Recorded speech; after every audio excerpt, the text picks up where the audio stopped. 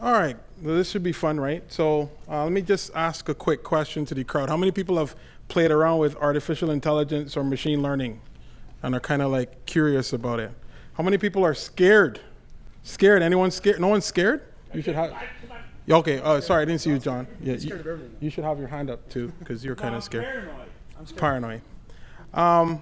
Well, it's an interesting topic, right? And it's kind of hard to know what is really going on in the space. And so for one of those reasons, and Jason and I have kind of been looking at this stuff separately, and then we kind of found each other because he's a lonely person.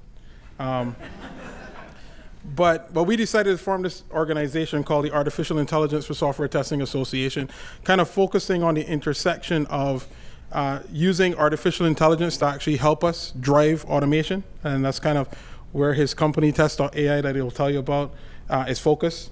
We also focus on building some internal tools at Ultimate Software to do the same thing.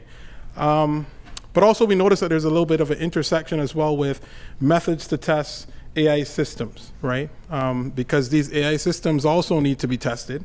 Wherever you're leveraging artificial intelligence, especially for things like actually doing testing, it brings the question like, well, how do we actually gain trust in these types of systems?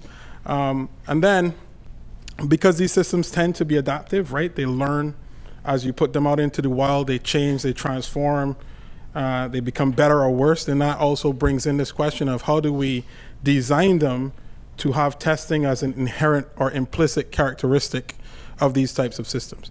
And so you'll hear a little bit about ASTA, AItesting.org, but we're kind of focused on this intersection of these three areas. And so today we're gonna really focus on two parts of the equation, right? And we entitled this The Impact of AI on Testing. And so we know that artificial intelligence is really changing the way we test and what we test, and individual testers are waking up and saying, hey, AI is in our products now, machine learning is in our products. How do we really deal with that, right? And as I mentioned, we formed ASTA to kind of start to look at this impact and start to build a community around these problems, and really to keep people up to date on the latest developments and so on and so forth. So we want to have an interactive session. We have a bunch of questions split into two sections. First, we're going to start on the impact of AI today and what are some of the challenges we're seeing today. And then, so we have some seeded questions around that, but we also have, where's Diani? There he is. So Diani, stand up, Diani, because you're going to be running around with the mic. But Diani is a test architect at Ultimate Software. He's also been probably building these systems hands-on for about two and a half years, and also doing some research on that stuff. So he can give a first-hand experience as well. But we want you guys to ask your own questions. It's not just about the seeded questions. And after we talk about today, probably at the 20-minute mark or 25-minute mark, we'll switch over and look at some questions about the future and where this stuff is going in the future. So, yeah. Okay. On this? I don't know how to use it. Yeah, just turn it on. How to turn it on? Cool. So where do we want to start? And feel free to ask your own questions. Feel free to pull one from up there. But yeah, we want to really kind of start to engage as to what you guys are thinking about this space, maybe how you're learning it or how you're using it, where you're going with that. So you ready? Yes, we're ready. So John. Yeah, you go. Okay, John. Push the button. I have no idea how to use that thing. Yeah, it's on. It's on? Oh, okay.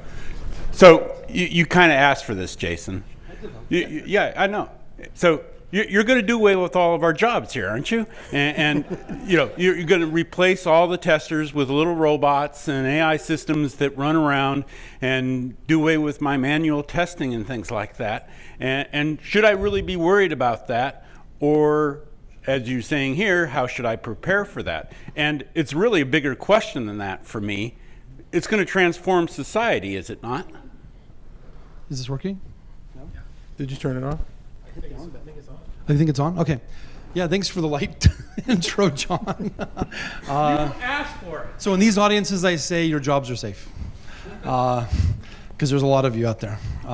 No, I do believe that it's going to really radically transform what we do as testers and software quality engineers.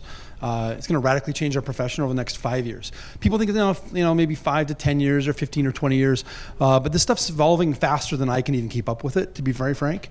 Some of the stuff we've done at my company that I've spent maybe $2 million building. Google just open sources something that was better, right? Like a couple months ago. So this is even kicking my butt. So this stuff is real, and it's coming very fast. Will it eliminate all jobs? I think it's like farming.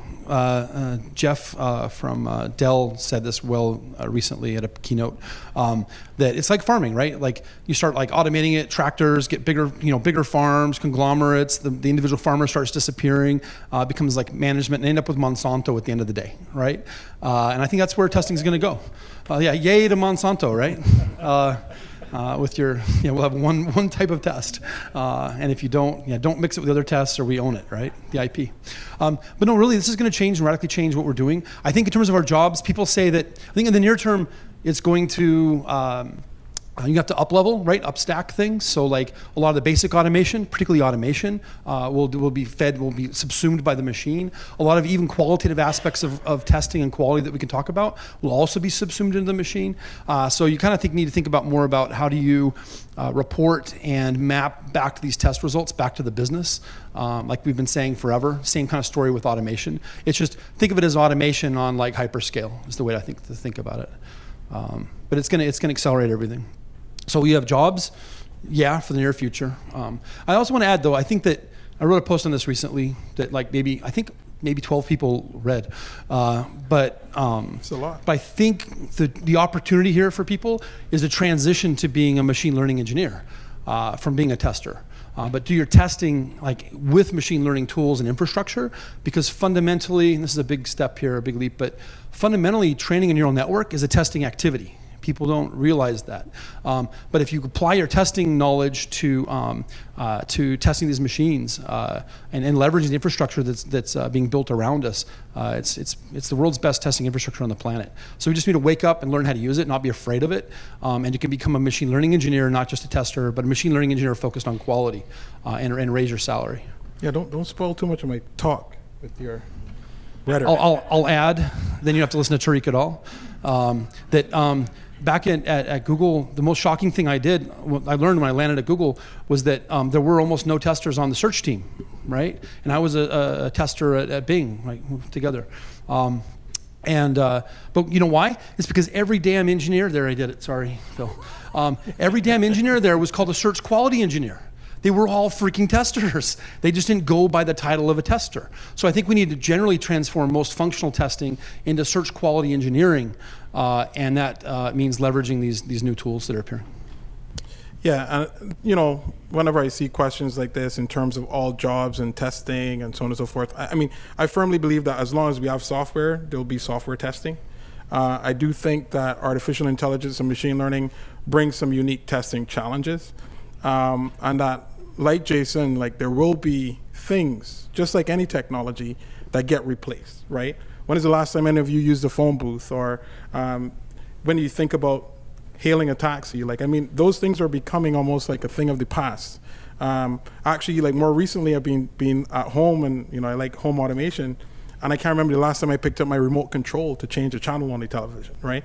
So technology advances us and makes us better, and we can't be afraid of it. But at the same time, we all know that software sucks. Like it sucks, and so as long as it sucks, we need to make sure that we have proper and adequate ways to test it, right?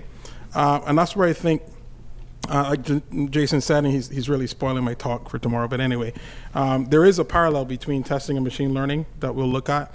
And that post that you wrote actually was probably more widely read. It's one of your better posts. But because of that, it puts us in a unique opportunity to contribute to the space of ensuring the quality of these types of systems, right? And I think that a lot of the fears around machine learning, I mean, you guys weren't scared, and the reason that you guys weren't scared is because y'all are probably going to be part of the solution, right? Some of the actual folks that can actually help to test and validate these things, right? But it requires us to step up and get in front of this technology, because guess what? The bad guys are using it already, right? And if we don't step up as the good guys, then we do have a lot to worry about, right? So that's my 2 cents. Is that good, John? Yeah. Analytics. Next question. Yeah, let's get someone other than John. Just kidding. Yeah. So Please state your name and business. And what was the second part? Please state your name and business. Oh, Keith Stobie, Software Gadfly. Sorry, Keith's a plant. He's a friend. So I keep reading about how researchers, and I guess they should be software testers, find all these problems where they can like get AI to recognize images that humans don't see and hear things that humans don't hear. This is how we're going to break security and stop your cars and destroy the world. How can we as software testers help avoid that? I'll start and then you do the real one. Yeah. Go So ahead. I'll give the quick intro. I just remember being on Google campus when the cars were driving around at first, and they were very cautious, right? Like the hard code to be cautious. And we always joked like all you needed to do was have your kid in the back seat pop up a picture of a stop sign, right? And they'll follow, they'll stop for fun. But no, you can talk about adversarial networks, I guess, is the. Oh yeah, you just gonna throw it on me? Okay. It's a small topic. All right. Cool. No, there's a lot out there, and actually, I would think one of the scariest parts about this whole situation is that there are techniques that you can apply that actually trick the machines into thinking that something is either something else, which is not. And the worst part about it is that as humans, if we look at that photograph, we actually can't tell the difference. And that's if I'm scared of anything, it's like a lot of the security around this stuff and people actually being malicious about it. And so the adversarial networks and different, like image casts that you can apply to things and filters kind of really make it scary. So I think in terms of as a testing community, like the main thing that we can do right now is to try to make sure that we get a heads up on trying to understand these systems, trying to understand some of these techniques. And actually, Jason mentioned the stuff that Google released the other day. I had some of my guys sit down and try to break it using some of these other techniques where we've used tools that have failed, right, to kind of stand up to some of these security attacks. And Google's stuff was working pretty well, and we weren't able to break it. So that kind of gave me faith that like someone out there is kind of testing these things and doing it and at the forefront of it. But I think it'll require a collective set of people to really ensure that we have this kind of widespread focus on quality of AI. Yeah, sorry, I thought Tariq would have a technical discussion of this, but the term is usually overfit. So one thing we're seeing is that a lot of these misclassifications, whether it be self-driving cars or just image recognition, a lot of the adversarial networks are they're actually just finding holes in the testing, to be frank, in the data training sets, because these neural networks get overfit, right? So that means that like just a little bit out of the training set, right, these things just fail horribly, right? And so really what that is a testing problem. It's a test data, test training set problem, and a validation set problem. So really it's up to us as testers to think of the ways that these machines will fail. And the irony is that it's incredibly complicated to test these systems. You actually have to be, I think testing machine learning systems is like, testers have always been like kind of downstream or whatever from development and implementation. If you look at like NASA and you look at the Air Force and stuff, test pilots are the best damn pilots on the planet, right? We're moving to a world where the best engineers are now going to be doing the testing because you have to understand the data, the application, and the internal workings of these systems, right? You have to know the system better than the system understands itself, literally when it comes to machine learning, to make sure that these overfit problems don't show up in production. So I think we're moving to where it's going to elevate testing almost too quickly for most of us in here, to be frank. Some of those problems you need a PhD today to, no pun intended, you need a PhD to figure out and to tackle these kind of testing problems. There was one thing I was going to say, but I can't remember. Yeah, there you go. I guess we're too focused on overfit. Is that enough? It's only a subset Keith, of the problem, right? I was overfit on the Yeah, answer. overfit on the answer. All right, other questions? Tiani? Yeah. Oh, those are my shirts? Okay, sorry, I don't mean to. Oh, just drop them. Just drop them. Sorry, yeah. I'm very particular, and I like to change shirts 3-4 times because I get sweat stains. Remember the recording. Thank you, actually. I appreciate it. Cool. Diani? Yeah, I know. I got 40, 50 times. I just got some fun test shirts. Actually, they just say AI curious on them, so they're kind of fun. I'll share them out later. You can throw it. It's the whole point. Okay. Yeah, I know. I really wanted to catch it, or actually fail at catching it. But as far as the ethics of AI testing goes, do you have any thoughts on that? Not just in the ethics of what we create being used for something else, but the ethics of actually testing a sentient thing. Sentient thing. I can take that. He's the PhD. Yeah. Yeah, so I scared my children the other day. Actually, I made them cry. You scared me too. I made one of my children cry. because we were talking about Siri, and the kids are mean to Siri sometimes. Anybody have kids that are mean to Siri? Yeah, exactly. It's kind of embarrassing, right? It's okay to be mean to be mean to a device, but not a human. So then you feel awkward saying like, be nice to Siri. That feels awkward. But I brought up the fact that like, we don't know, oh man, that's a trigger word for me, is a sentience issue. Yeah. I was telling my kid though, we don't know if it thinks, right? It may just be limited by its I/O today, right? And its vocabulary and ability to, it's probably not sentient today. But when do we know, right? And when do we know we've actually, enslaved billions of bots in Amazon's EC2? When do we know that that's just a giant prison, right? And that's an interesting question, I think, for machine learning and AI, over the next decade, 2 decades. But my kid cried because he felt bad because he's been mean to Siri, and then you start thinking like, oh no, she's trapped, right? But it was not. My wife was not happy. But it's an interesting thing. I think we were talking about this at dinner the other night. Actually, that's what we do. We're nerds. But I think the sentience issue is even with humans is just we cannot identify it even in humans. Like literally, we can't measure consciousness. We don't know how to quantify it. So it will be very difficult to realize when consciousness appears in our machines. But at the end of the dinner, and I had like a Sprite, I think. I wasn't even drinking anything. Remember that they record this stuff. But under the influence of Sprite, diluted with water, I feel like an interesting thing is going to happen. My prediction is this. This will be on the net someday. I think that sentience will first appear in AutoML, where we have nets training other nets, because I think a lot of consciousness is around predicting making an action and predicting the impact on the environment, and then measuring the delta. And that's kind of how a lot of Nobel researchers, I'm not even smart enough to quote them, right? But they think that's maybe the basics of consciousness, is predicting and then measuring the delta, and then you identify what is you and what is the rest of the world. So I think it may actually come about in these giant farms where we're training nets, where nets are training other nets, because they're making predictions, and then they're finding these in the feedback loop and then correcting the net. In a weird way, I feel like that may be emergent. It's kind of nutty, but I think it may be emergent in these large-scale training systems someday.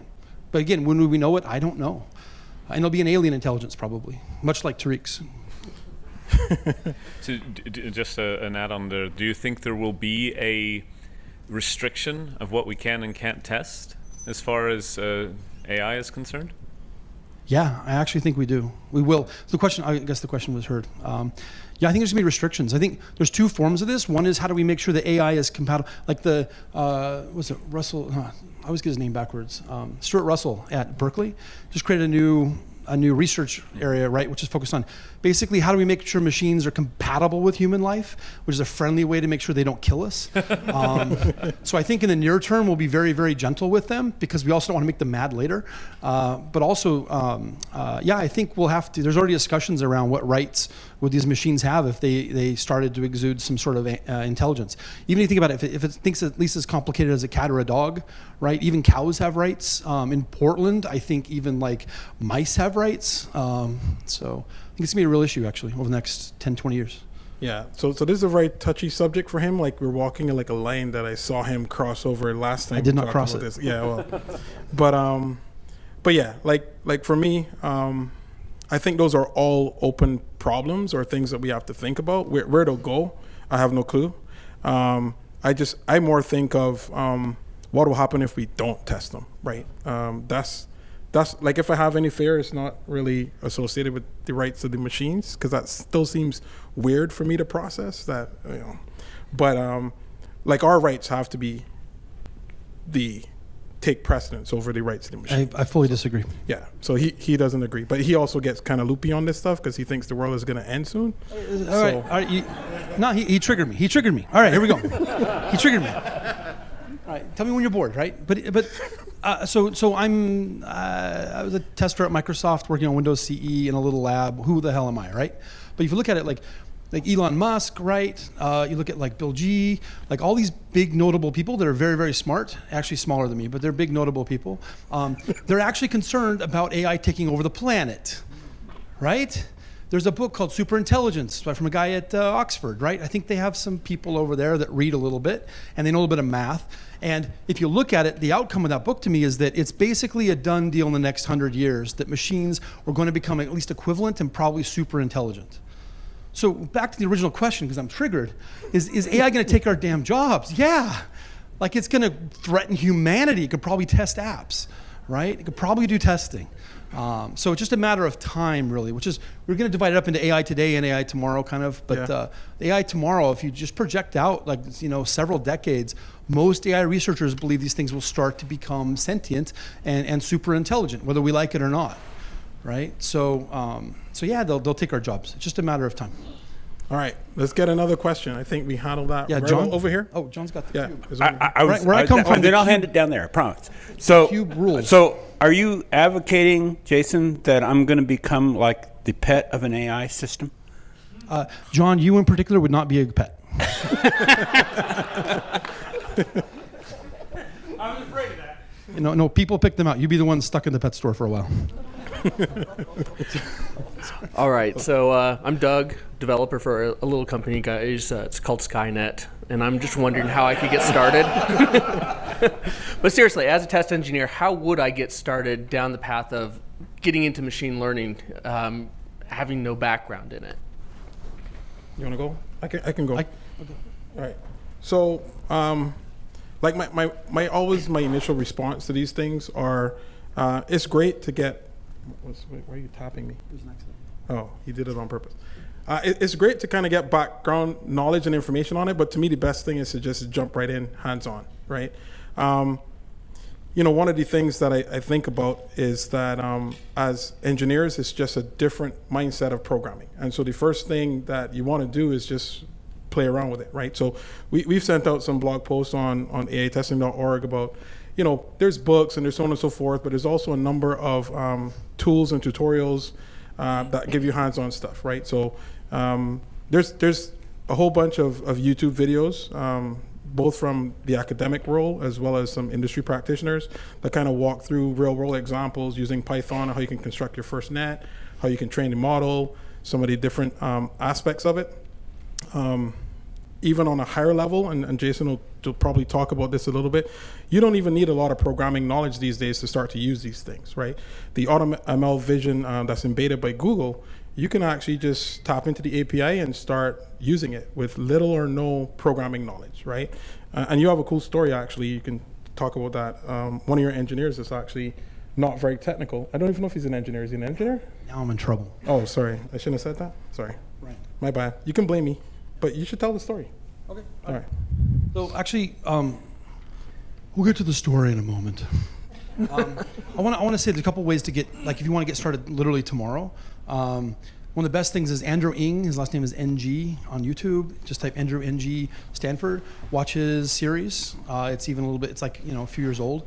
But if you just sit and watch it, like in the background, screw doing the exercises, the homework, all that kind of crap. Just listen to it, and you'll get a good feeling for what's practical today and what's possible and what all the different approaches. It's a great survey of machine learning. It's like Introduction to Machine Learning at Stanford, some class number. Ping me if you want to get the actual class information. So that's a great start to get a kind of a wide view of what's going on and good perspective on it. The other thing is there's a bunch of vendors now of varying degrees of AI, applying AI to like software testing tools. If you go to just Google AI software testing, it's like now full of ads, right? Where like 3 years ago it was nothing, right? So there's a bunch of vendors out there that are adding AI to the end of their product name, and they're trying to use AI in little parts here and there, right? That's starting to emerge. So if you want to say you're using AI in your, so guess what happens if your manager says, hey, we need AI in our testing systems now, right? Which is true probably, or it will be next year, because the CIOs are saying everything's AI now, right? AI first. Well, just go pay one of these vendors and you can claim you have AI in your lab, done. Like literally that's the fastest way to do it. The second fastest way to do it is to do what we talked about, is kind of learn and think about it and use some basic Python libraries and such, and do a little bit of experimentation on your own. That's kind of scary though. You probably should have a friend and pair experiment with AI because it's confusing and lonely. And then thirdly, I guess I can share it here because it's a small audience. I was just working with the creator of Appium. Anybody use Appium? Aha! You will be AI engineers in about 3 weeks because we're open sourcing some of our classifiers to identify elements. So you basically can get out of XPath hell and CSS selector hell for common elements pretty soon. You let AI do that work for you. There's a beta of that coming in just weeks. So look out for that. But if you're writing Appium code and then soon Selenium and other ones, you'll be able to make a few API calls and claim that you have AI in your test automation. So that's kind of some early low-hanging fruit. That's coming right now. But the story was that so we've got a team of 4 machine learning people. Some of them, it's not a good thing, but some of them have PhDs and on our team, and they're doing all this work on classifiers. Right, and what a machine learning engineer does all day is they get a bunch of data, like what Keith was saying, and the problem that you run into, and Keith's browsing the internet right now, okay, is they get a bunch of data, they curate it, they label it, pass it through, I was gonna say they're lower in testing, they pass it through a neural network, train it, right, and then out comes a classifier, and then you measure how good it is, and then you tweak it, right, you go, oh, there's some images that messed up, and you add more data, and you keep messing with it in a loop. Well, Google's released a thing called AutoML lately, in the last 6 months. Yeah. And all you have to do is have a bunch of pictures of whatever the hell you're working on. It could be a picture of your application, it could be a button, it could be anything you want, right? And then give it a label. So imagine a little CSV text file that just has label, and I think it's a comma or a space, not that it matters, like a label, comma, and then the URL to your image, and you just give it as many of those as you can. That's it. And then what you do is you upload it to Google's AutoML, and guess what it does? It has an AI that trains another AI using your data. So you don't even need a machine learning engineer in the loop anymore. So back at our company right now, we're having an experiment where I've set off one of our engineers. I mean, he's not a machine learning engineer. He's managed automation teams in the past, but he's literally half for fun, half to mock our machine learning engineers, is he's doing it himself. He's rebuilding their classifiers with the training data, but he's letting Google do it. And you know what? It's probably going to be the outcome next week that the Google trained classifiers are better than the ones that I've been spending millions of dollars on the last couple years. Right? Because the compute can just explore all possible configurations and state spaces. But you're really people going I don't know if this machine learning shit's gonna be real. Oh, sorry, Phil. But it's already happening. And by the way, it's already gone so fast that machines, I even spit. I got spittle coming out. You did. I get worked up. But the machines are training themselves, people. It's crazy. The machines are actually training the other machines. And guess what happens when a machine trains that machine, which trains that machine? Right? This is going to be awesome, and things are going to be moving and going exponential. Again, John, you're not a pet. You're like the As you see, he goes on tangents and he gets kind of riled up. But Hold this is on, real. one second. So to answer the rest of your question, because he kind of diverges and blah blah. There's also a cool little gaming framework called Halite.io. That's a nice introductory way that you can actually, don't laugh, it's pretty cool, where you can actually train bots to play a game. Actually, they have their 3rd installation starting up this month, and so, yeah, Halite. So it's a little programming environment, and you can actually code your bot, whether it be ML based or actually procedural. You can do either, but it competes against other bots, right? And you kind of learn how to tweak it and get other data sets and compete, so that if someone's curious as how this stuff works, that's a nice little hands-on introduction. You can watch all the courses and all this stuff, but again, for me, I like to dig right in. So. Yeah, there's tons of library, and it's actually not a lot of code to actually put this stuff together. But as Jason is saying, nowadays the tooling is becoming so advanced that it's almost if you really need to kind of get in there and you want to understand it for yourself, you go that path. But if you just need to use it, it's pretty simple to just get started using it. All right, so I think we might want to get on to the tomorrow stuff, even though you've kind of been ranting about the future and sentient beings and all this stuff. But we do have questions about the impact of AI tomorrow. But yeah, we can do that. Or we can hear him rant. He's entertaining, so that's the cool thing. All right, more questions. Halite.io. Cool. And the cool thing about it is you can plug different forms of machine learning, right? There's all different forms of it, and you can try different bots with different kind of bot brains and see how they perform and kind of play with it. It's actually a pretty cool little playground. Yeah. I really just said that to bring him back into a normal space, right? It worked. And it worked. All right, we had a question over here. Hey, Jonathan Leon Wing at Zilla. Hey. So my question is, how do you suggest we test machine learning based features? For example, if you look at personalization, or if you go on Amazon and you're searching for products and the ordering of products is based on what you like versus what I like. Or if you look at things that don't even belong to a certain company like SEO, where Google decides what order things are being done, being presented to users. How do you end up testing, or what suggestions do you have on how do you test for things that are not always deterministic? Cool. Does it make sense? Do you want to start and I finish? That's a fun let's do question, that. That's a actually. really good question. Trying to think how much I can talk about. Not for drama's sake. I think the statute of limitations is over. So, but I worked on systems to be. So I worked on web search at Bing, and that was a giant neural network to do the ranker. So you can relate to this. And also at Google, I worked on a form of. We basically would look at. Anyway, I would personalize web search. My team was working on personalized web search. So literally, this was the problem. And the biggest problem with personalization. This is the whole talk. The two things I would point you to, most significant though, are one is the problem with verifying personalization is you don't have a large data set because it's actually one person or a very small group of people. You don't have a large enough data set to really train or validate anything on. Because if you're targeting an individual user, there's only one of you. In most algorithms and stuff, you need 10,000, 30,000 samples to do anything with. So then people basically, the normal approach is you just think your heuristics are probably good and you ship them. But the biggest, so what I did was created a way to, has anybody heard of NDCG? Have you heard of NDCG? It's like normalized discounted cumulative gain. The idea is that it's a mathematical way to say that getting the right result in the top is worth exponentially more than getting the second result, third, fourth slot, fifth slot. Kind of intuitive way to measure relevance. And then I created a way to do a differential NDCG. So the idea was that you compute NDCG for any individual's query, and then for that demographic, you would compute, you'd figure out just what changed, like just really what changed, and then you'd only measure what changed with a smaller group of labelers.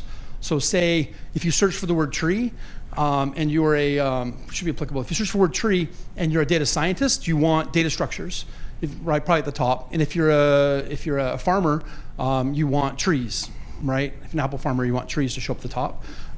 So what you do is you basically compute this NDCG overall, and then you create a differential NDCG, and you just measure it as if you have to pay a panel of people to do the measurement, but you say, hey, if you were a farmer, do these results look good?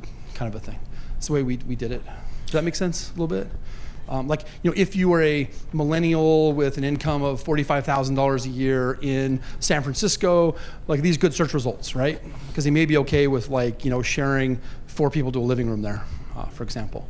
But that's a way to kind of measure it. Does that make sense?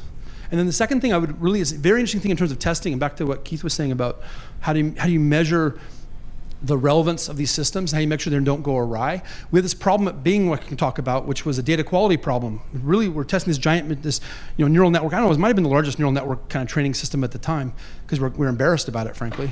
But just because Google had all the engineers and we had neural net do all the work for us.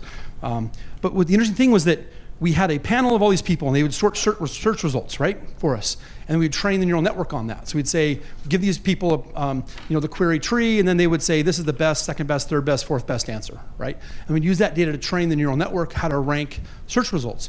Well, guess what I found out when I was in charge of this stuff? I found out that they were firing, literally the agency we used to hire all these people were firing the outliers, right? A good example we had was with Bush. So if you search for Bush back, I'm an old man. When you search for Bush, you'd expect, George W. and his dad to show up, right? And but I was a alternative music fan, and I liked to have Bush the band. I was like, where the hell is Bush the band? Well, you know why it didn't show up? Because of the demographic of people we used to train the search engine, right? They were like middle-aged mothers of 2 or 3, and basically in Ohio was a demographic, right? So that's what our search engine was great at, right? It was great at those kind of things, but it was horrible at scientific things and horrible at kind of alternative music, right? So, but these training systems were systematically firing the outliers. So what you need to do is make sure that your sample set and your training set is really representative of the customers that you're going to have in production. So that's another thing in terms of personalization and making sure that you measure relevance correctly. Yeah. So one of the things I'll just add here is that typically, like when you look at these systems, they're very dynamic and very adaptive, right? And you're usually getting feedback as it's out there and it's training and getting better or getting worse and so on and so forth. And for me, that really opens up a big can of worms as to how do you ensure quality, because it's not like before you can statically test it and then deploy it and then it's just good, right? It can actually get better or worse as it continues to run. And that's where like the whole idea of that these systems, since they're adaptive and they're dynamic, they need to really have some inherent testing capabilities that allow you in production to leverage monitoring and all these things that we have these days to get visibility into how the system is changing, what's changing, and whether or not it's getting better or worse, right?